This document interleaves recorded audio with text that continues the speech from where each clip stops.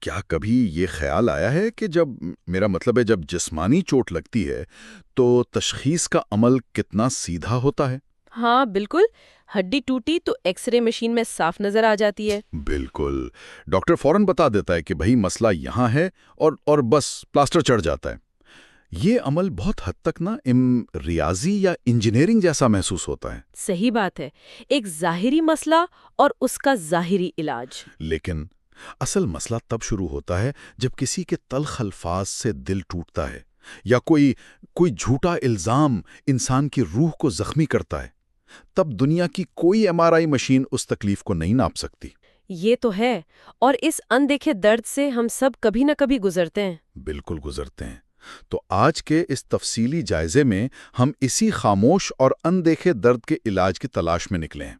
ہمارے پاس آج جو ماخذ ہے نا، وہ قرآن مجید کی سورت یونس یعنی سورت نمبر 10 کی آیات 65 اور 66 کا متن ہے۔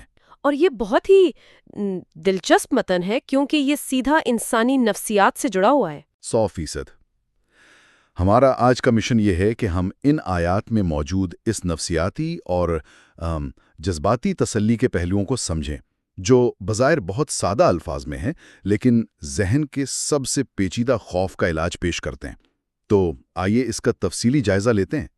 میں اس حوالے سے یہ کہنا چاہوں گی کہ یہ ایک انتہائی بروقت موضوع ہے۔ جب ہم انسانی نفسیات کا مطالعہ کرتے ہیں تو یہ بات سامنے آتی ہے کہ انسان جتنا بے بس اپنی اندرونی کیفیات سے ہوتا ہے نا، ہاں، اپنے اندر کے خوف سے۔ بالکل اتنا وہ کسی بیرونی خطرے سے نہیں ہوتا۔ جسمانی چوٹ کا تو علاج ہے، لیکن الفاظ سے لگنے والے زخم کے لیے انسان کو اکثر بالکل تنہا لڑنا پڑتا ہے۔ اور معاشرتی دباؤ بھی تو ہوتا ہے نا؟ جی، اصل میں یہ متن صرف ایک مذہبی ضابطہ نہیں ہے، بلکہ یہ انسانی ذہن کو اسی تنہائی اور دباؤ سے نکالنے کا ایک بڑا ہی منظم نفسیاتی خاکہ ہے۔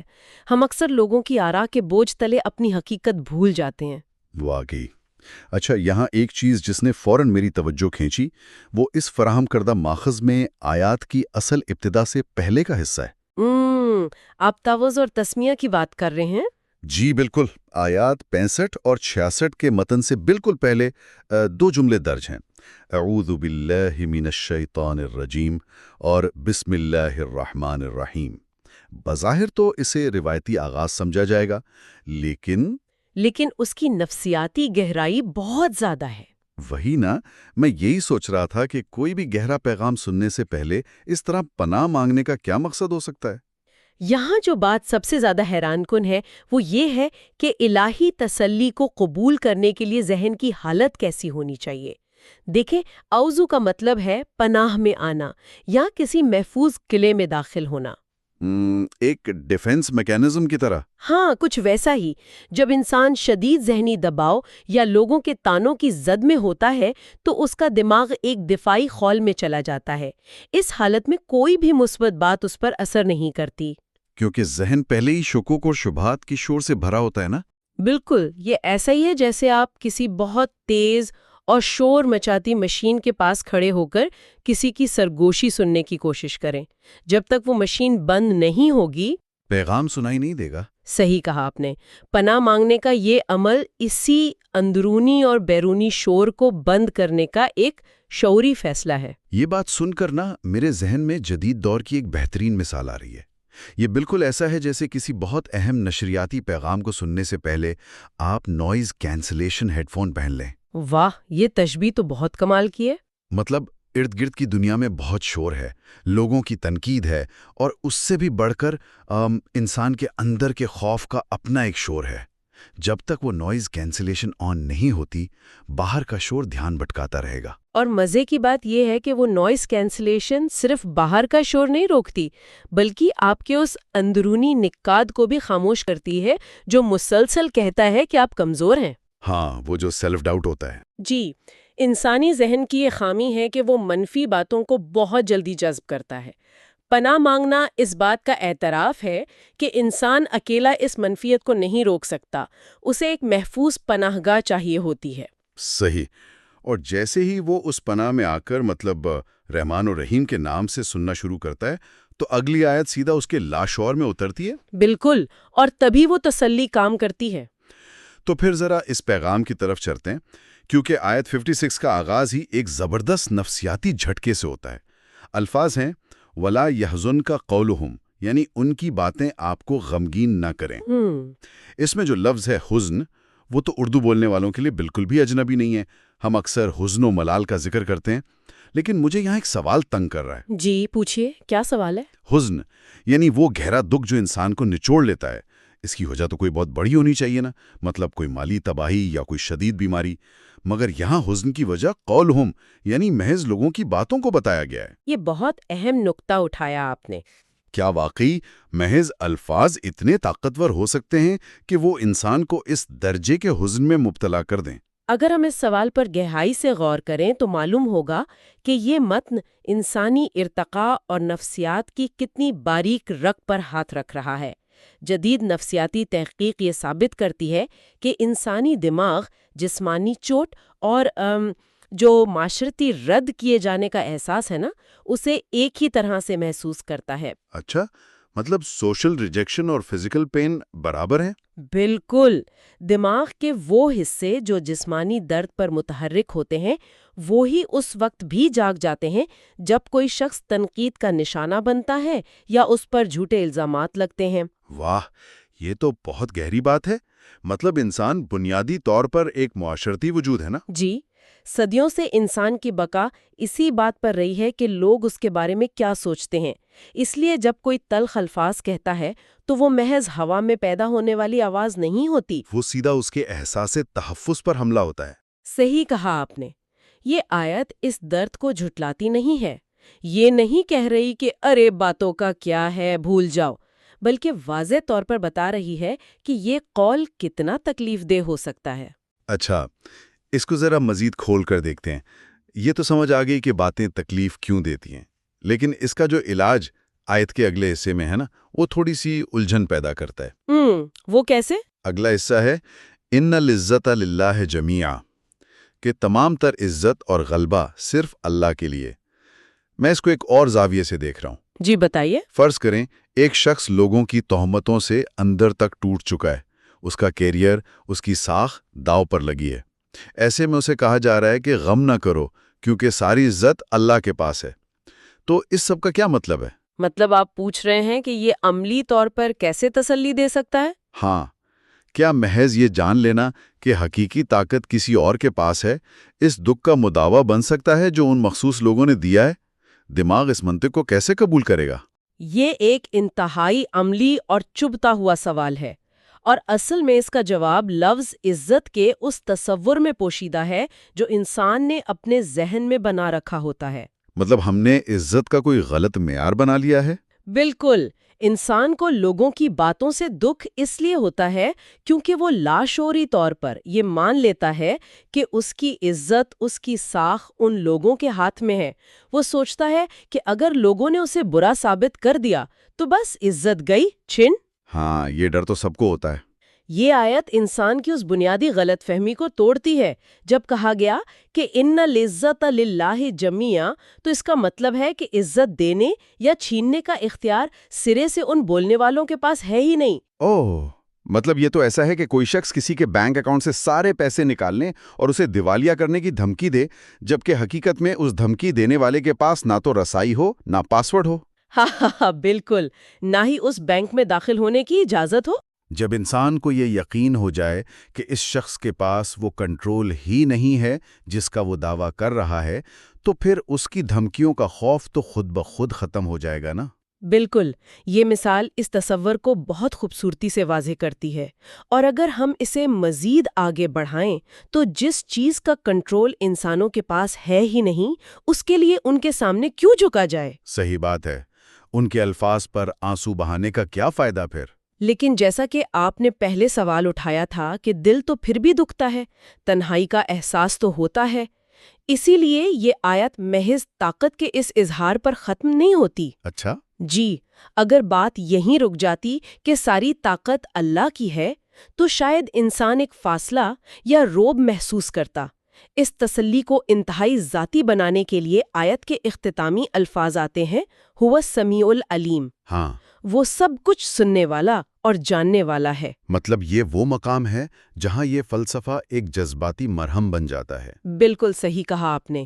کیونکہ دیکھیں نا، جب کسی پر کیچڑ اچھالا جاتا ہے تو اس کا سب سے بڑا کرب یہی ہوتا ہے کہ کوئی میرا سچ نہیں سن رہا۔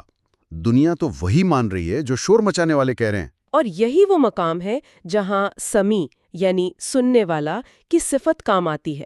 یہ انسان کو بتاتی ہے کہ تمہاری خاموشی بھی سنی جا رہی ہے، اور اگلی صفت علیم اس تسلی کو مزید گہرا کر دیتی ہے۔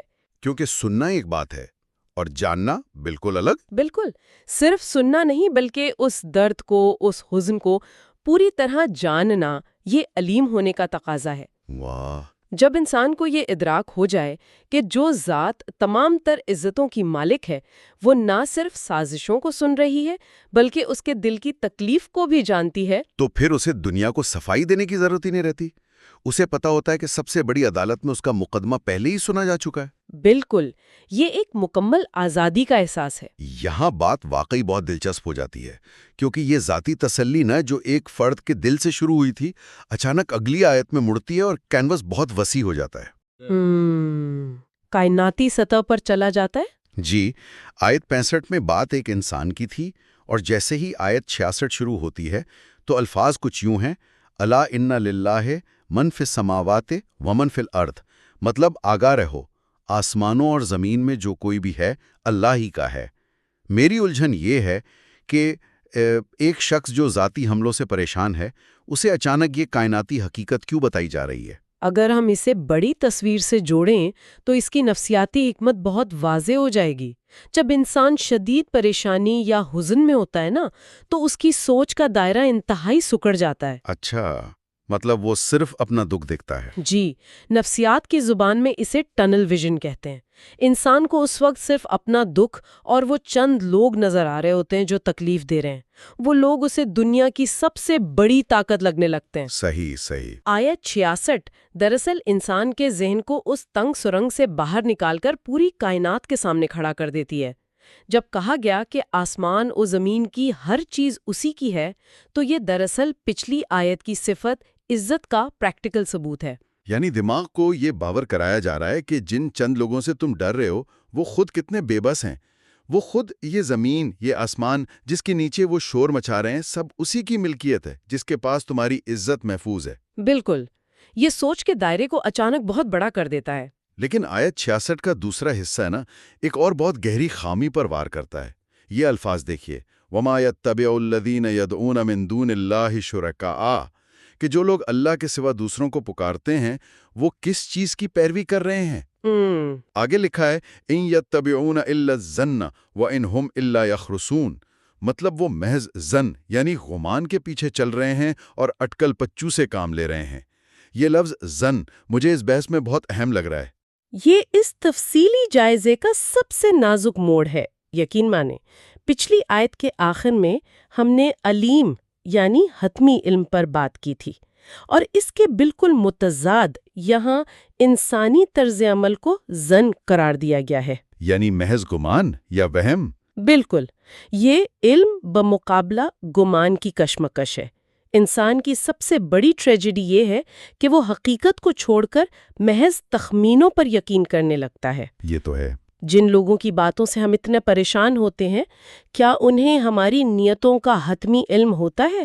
نہیں، وہ محض ظن یعنی اندازوں کی بنیاد پر بول رہے ہوتے ہیں۔ اور انسان کتنا کمزور ہے کہ وہ اللہ کے علم کو چھوڑ کر لوگوں کے اس ظن کو اپنی سچائی مان لیتا ہے۔ یار، علم اور ظن کا یہ فرق واضح کرنے کے لیے مجھے ایک منظر کی طرف جانے دیں، پھر دیکھتے ہیں یہ کتنا پورا اترتا ہے۔ جی ضرور۔ فرض کریں ایک سمندری جہاز طوفان میں پھنسا ہوا ہے۔ ایک طرف اس جہاز کا انتہائی ماہر جہاز ران ہے جس کے پاس سمندروں، ہواؤں اور ستاروں کی چال کا مکمل حتمی نقشہ موجود ہے۔ یہ علیم کی ایک چھوٹی سی دنیاوی تمثیل ہے۔ بہترین۔ اور دوسری طرف اسی جہاز کے عرشے پر گھپ اندھیرے میں کھڑا ایک عام شخص ہے جس کے پاس کوئی آلات نہیں۔ وہ محض اپنے اندازے یا وہم پر چیخ چیخ کر بتا رہا ہے کہ طوفان جہاز ڈبو دے گا۔ یہ شخص ظن پر کھڑا ہے۔ اب سوال یہ ہے کہ مسافر کس پر بھروسہ کرے گا؟ بہت خوبصورت مثال ہے۔ کیا وہ اس شخص سے خوف زدہ ہوگا جو اندھیرے میں تیر چلا رہا ہے، یا اس نقشے اور علم پر اعتماد کرے گا؟ اور مزے کی بات یہ ہے کہ وہ اندھیرے والا شخص اکثر سب سے زیادہ شور مچا رہا ہوتا ہے۔ انسانی نفسیات شور کی طرف بہت جلدی متوجہ ہوتی ہے۔ ہم عملی زندگی میں روزانہ یہی غلطی کرتے ہیں۔ بالکل کرتے ہیں۔ ہم اپنے کیریئر، اپنے مستقبل کا معیار ان لوگوں کی آراء پر رکھ دیتے ہیں جنہیں نہ تو ہماری حقیقت کا علم ہے اور نہ ہی وہ ہماری زندگیوں کے مالک ہیں۔ وہ محض یخرسون مطلب اٹکلیں دوڑا رہے ہیں۔ اور کیونکہ ان کا شور زیادہ ہوتا ہے تو ہم اس حتمی علم کو نظر انداز کر دیتے ہیں۔ بالکل، اور اسی لیے تو آیت 65 نے سب سے پہلے اس شور یعنی قولہم کو رد کرنے کا حکم دیا تھا تاکہ انسان اس خاموش اور حتمی حقیقت کی طرف متوجہ ہو سکے۔ واہ، یہ تو ایک پورا دائرہ مکمل ہو گیا۔ یعنی اگر کوئی شخص اپنی زندگی دوسروں کے ان گمانوں پر کھڑی کرتا ہے تو وہ تو کسی بھی وقت گر سکتی ہے۔ لوگوں کی رائے آج کچھ ہے، کل کچھ اور ہوگی۔ ان کا ظن حالات کے ساتھ بدلتا رہتا ہے نا؟ بالکل، اور اگر انسان کا سکون اس بدلتے ہوئے ظن کے تابع ہو گیا تو وہ کبھی مستقل خوشی حاصل کر ہی نہیں سکتا۔ وہ ہمیشہ دوسروں کے اندازوں کا غلام رہے گا۔ یہی وہ مقام ہے جہاں سورت یونس کی یہ آیات انسانی شعور کی دوبارہ تعمیر کرتی ہیں۔ جب ہم انہیں ملا کر دیکھتے ہیں تو لاہ عمل واضح ہو جاتا ہے کہ جذباتی حملوں پر سب سے پہلے دفاعی نظام مضبوط کریں اور منفی شور سے پناہ مانگیں کہ عزت لوگوں کے ہاتھ میں نہیں ہے، اس کی ہے جو ہر چیز کا مالک ہے۔ اور پھر سوچ کو اس کائناتی حقیقت تک وسیع کریں جہاں حتمی علم صرف ایک ہستی کا ہے۔ جب انسان اس علم سے جڑتا ہے تو دنیا کا ظن اس پر اثر انداز ہونے کی طاقت کھو دیتا ہے۔ کیا بات ہے! تو اگر ہم اپنے اس گہرے مطالعے کو سمیٹنا چاہیں تو ہم نے واقعی ایک بہت ہی بصیرت افروز سفر طے کیا ہے۔ بالکل۔ ہم نے دیکھا کہ کیسے نوائز کینسلیشن کی طرح پناہ مانگنا ضروری ہے۔ ہم نے سمجھا کہ حقیقی عزت وہ پاسورڈ ہے جو ان لوگوں کے پاس ہے ہی نہیں جو ہمیں دھمکاتے ہیں۔ صحیح۔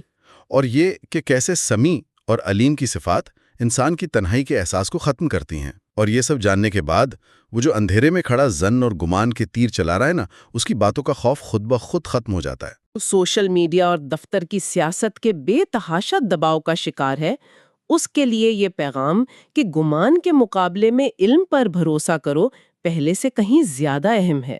100%۔ یہ محض تسلی نہیں ہے بلکہ پرسکون زندگی گزارنے کا حتمی راستہ ہے۔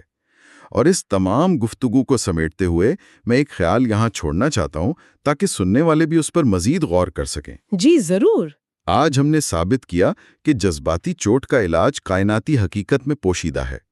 ذرا سوچئے، اگر کائنات کی تمام تر عزت اور حتمی علم صرف اس ذات کا ہے جو آسمانوں اور زمین کا مالک ہے، تو ہماری روزمرہ کی پریشانیوں اور ذہنی دباؤ کا کتنا بڑا حصہ محض لوگوں کی باتوں اور ان کے بے بنیاد گمان کو ضرورت سے زیادہ اہمیت دینے کا نتیجہ ہے۔ بہت گہری بات ہے۔ اگر ہم آج ہی اس بے بنیاد ظن کو اپنے ذہن سے نکال دیں تو کیا ہمارے آدھے سے زیادہ خوف اسی وقت دم نہیں توڑ دیں گے؟ یہ وہ سوال ہے جو ہمیں اپنے خوف پر دوبارہ غور کرنے کی دعوت دیتا ہے، اور شاید یہی وہ نقطۂ آغاز ہے جہاں سے ایک حقیقی اور پرسکون زندگی جنم لیتی ہے۔